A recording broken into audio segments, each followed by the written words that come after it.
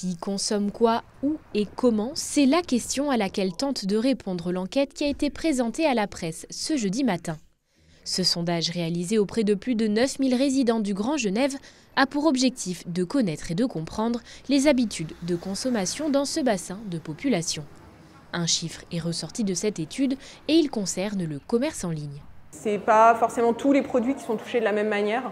Les produits alimentaires s'en sortent plutôt bien, on continue à aller dans les commerces de proximité.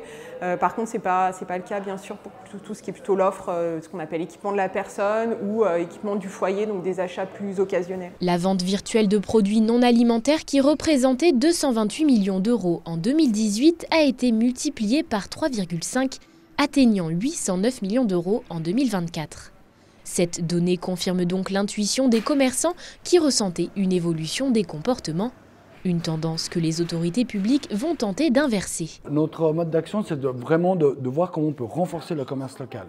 Alors ça passe par l'aménagement du territoire, ça passe par des conditions d'accès à ce commerce local, ça passe par une valorisation de la qualité des produits et du service du commerce local en fait. C'est-à-dire, les gens continuent à consommer, à aller physiquement dans le lieu. Alors, d'une part parce qu'il y a de l'alimentaire, mais même sur le non alimentaire parce qu'il y a une prestation derrière. Et comment est-ce qu'on peut la valoriser? Certaines communes aussi disent il faut soutenir les commerçants à travers une politique foncière qui leur permette d'avoir des arcades à meilleur prix, ce qui aide quand même le commerçant à mieux gérer son chiffre d'affaires. Plus 5% de chiffre d'affaires ont été enregistrés sur les principaux pôles commerciaux du Grand Genève, mais parmi eux, beaucoup sont en recul. Une observation qui traduit le caractère obsolète de ces zones commerciales périphériques selon les élus. Je crois très sincèrement que ce n'est plus l'avenir.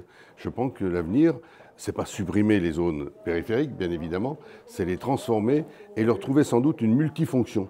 Une multifonction, c'est-à-dire une fonction de commerce toujours, mais aussi une fonction productive, de production, et une fonction, pourquoi pas, d'habitat, puisque là, on rapproche l'habitat de l'emploi. Plus largement, la consommation dans le Grand Genève a légèrement augmenté, passant de 15 300 € par ménage en 2018 à 16 300 en 2024. Une évolution qui s'explique simplement par la croissance démographique du territoire. Les flux d'achats transfrontaliers restent quant à eux stables malgré l'évolution du taux de change.